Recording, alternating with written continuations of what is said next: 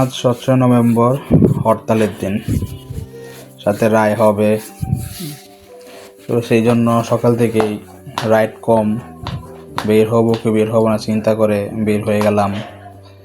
রাস্তাঘাট সম্পূর্ণ ফাঁকাই ছিল আজকে, যার জন্য সময় লাগে না, কোথাও থেকে কোথাও যাইতেও সময় লাগে না, কিন্তু ট্রিপ পাইতে সময় লাগছে। বিশেষ করে দুপুর বা 1-1:30টার দিকে গুলশানের ভিতর ট্রিপ পাইতে অনেক সময় লাগছে। তারপর যে রাস্তাটা সবসময় জ্যাম থাকে, বাড্ডার রোড, আজকে সেই রাস্তাটাও মোটামুটি আলহামদুলিল্লাহ ফাঁকা ছিল।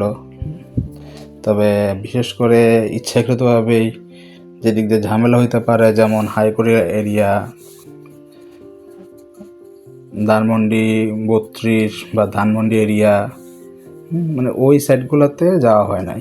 আজকে বিশেষ করে বেশিরভাগ সময় রয়েছিলাম বসুন্ধরা আবাসিক, গুলশান, বনানী, এই এরিয়াগুলোতেই। সবাই দোয়া করবেন, ভালো থাকবেন, আর সবাই সেফ রাইড করবেন।